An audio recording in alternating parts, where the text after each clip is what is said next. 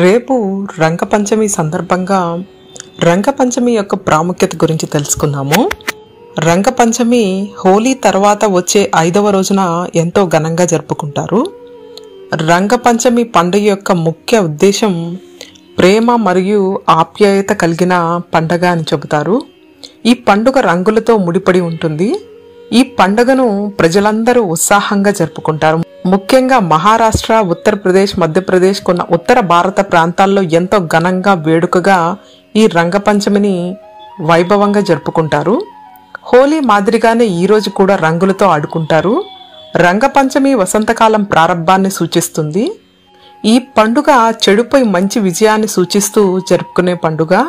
రంగపంచమి పాల్గొన మాసంలోని కృష్ణపక్షం 5వ రోజున ఎంతో ఘనంగా నిర్వహిస్తారు. పురాణాల ప్రకారం రంగపంచమి పండుగ దేవతలకు అంకితం చేయబడినది.